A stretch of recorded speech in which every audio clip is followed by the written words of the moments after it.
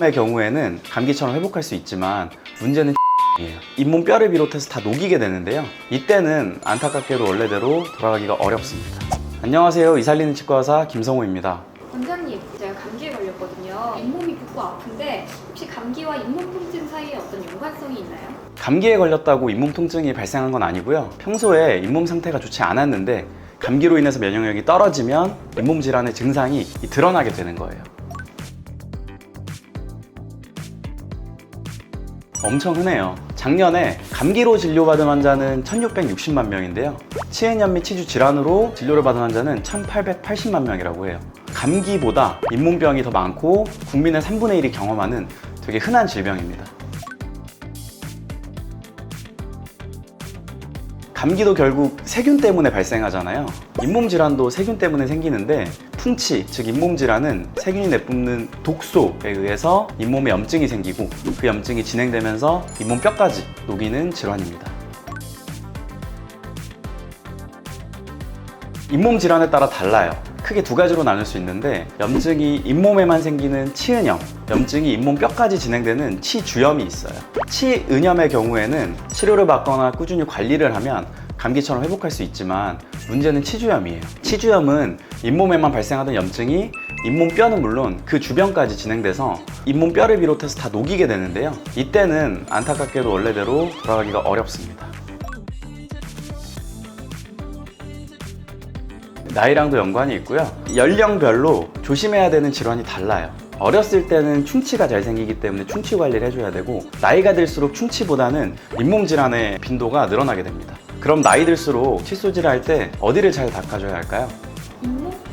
맞습니다. 눈으로 볼 때 치아 표면은 잘 보이니까 대부분의 사람들이 잘 닦지만 치아와 치아 사이 아니면 치아와 잇몸 사이 그런 틈새들에 쌓이는 플라그들은 놓치고 지나가는 경우들이 많아요. 잇몸 경계부에 치태가 쌓이고 칫솔질로 제거가 되지 않으면은 48시간이 지나면 치석으로 변하게 됩니다. 치석이 되면 아무리 칫솔질 하려고 해도 잘 닦이거나 제거되지가 않아요.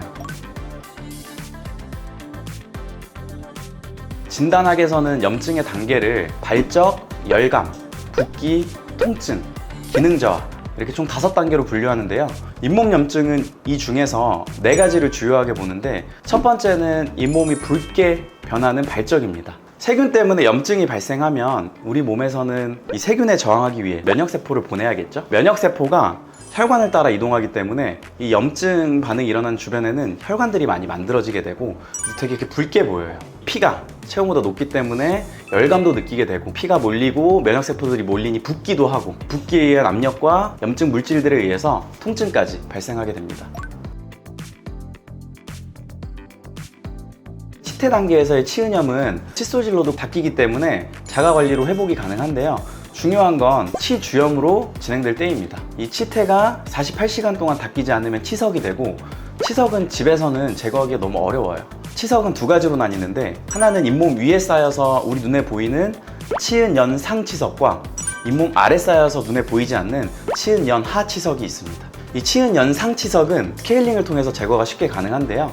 문제는 잇몸 아래 쌓인 치은연하 치석이에요. 이거는 깊이 긁어내야 되기 때문에 마취도 하고요. 또 아프기도 해요. 그래서 일반적인 스케일링으로는 사실 제거가 어렵고 손으로 쓰는 기구로 이렇게 긁어내곤 합니다. 치은연하 치석의 경우에는 잇몸 주머니를 만들면서 세균이 살기 좋은 상태가 되기 때문에 세균의 집도 함께 제거해 주어야 돼요. 거기에 따른 통증도 어마어마하겠죠. 치은연하 치석이 생겼다는 거는 그 안쪽에 있는 잇몸 뼈까지 녹이기 시작했다는 것이기 때문에 빨리 치료를 받는 것이 굉장히 중요해요. 스케일링이 너무 아프다 하시는 분들은 에어플로우라는 통증이 적은 스케일링 기구가 있어요. 초음파 방식의 기존의 스케일러랑 다르게 가루들을 분사하는 방식이라서 특유의 시린 느낌과 소리가 없기 때문에 스케일링이 무서우신 분들은 치과에 미리 알아보고 내원하시면 좋겠습니다. 치석 제거 외에도 어떤 치료법들이 있을까요? 말씀드린 세균의 집을 제거하는 진지벡톰이라는 치료법인데요. 한국말로 해석하면 잇몸 절제술입니다. 잇몸 내에 있는 세균의 집을 제거해줘서 세균이 못 살게 하고 잇몸 관리를 좀 용이하게 해주는 거예요. 마지막으로는 PDRN 주사가 있는데요. 이 PDRN 성분이 염증을 완화하고 회복을 도와주는 그런 성분이기 때문에 잇몸뼈가 회복하는 데 있어서 작은 도움을 주기도 합니다. 당연히 칫솔질이겠죠. 치아만 닦는 게 아니라 잇몸을 좀 잘 닦아야 하다 보니까 일반적인 칫솔로는 치아와 잇몸 사이의 틈새를 잘 닦아내기가 어렵습니다. 치아와 잇몸의 작은 틈 사이에도 들어갈 만큼 칫솔모가 작고 가늘고 부드러워야 해요. 그래서 특별히 추천하는 모양의 칫솔이 있는데요, 바로 두 줄모 칫솔입니다. 일반적인 집에 있는 칫솔들을 보면 세 줄에서 네 줄 정도의 형태를 갖고 있습니다. 근데 두 줄모 칫솔은 칫솔이 두 줄로 이루어져 있어서 잇몸을 닦기에 최적화되어 있어요. 치아와 잇몸 경계부를 이 두 줄모 칫솔로 닦아내면 플라그 제거에 굉장히 용이합니다. 더 추천해주신 구강용품이 있다면 어떤 게 있을까요? 치간 칫솔을 사용하면 좋은데요, 치간 칫솔은 말 그대로 치아 사이의 틈새를 닦는 칫솔인데요, 그 틈새의 크기가 사람마다 다르기 때문에 치아 틈 사이에 맞는 치간 칫솔을 선택하는 것이 중요합니다. 올바른 치간 칫솔 사이즈는 직접 넣었을 때 약간의 저항감, 빡빡한 느낌이 느껴지는 정도가 좋습니다.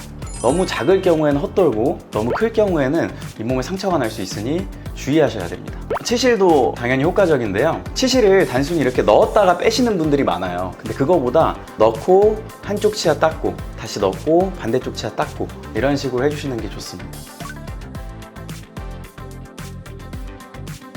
잇몸 염증은 감기와 같아서요, 우리 면역력이나 스트레스, 여성분들은 호르몬에 따라서도 염증이 나타나기도 하고 없어지기도 합니다. 경증의 잇몸 염증의 경우에는 통증은 없을 수도 있어요. 하지만 양치할 때 피가 난다면 염증은 있는 거고요, 그 염증 때문에 잇몸이 약해진 상태라고 봐야 해요. 이때 피가 난다고 무서워서 많은 분들이 닦질 않으시는데요, 방치되면 염증이 심해지기 때문에 피가 나더라도 꼼꼼하게 닦아주시면 이렇게 마사지도 되고 하면서 며칠 뒤엔 자연스럽게 좋아지게 됩니다. 지금까지 이살리는 치과 의사 김성호였습니다.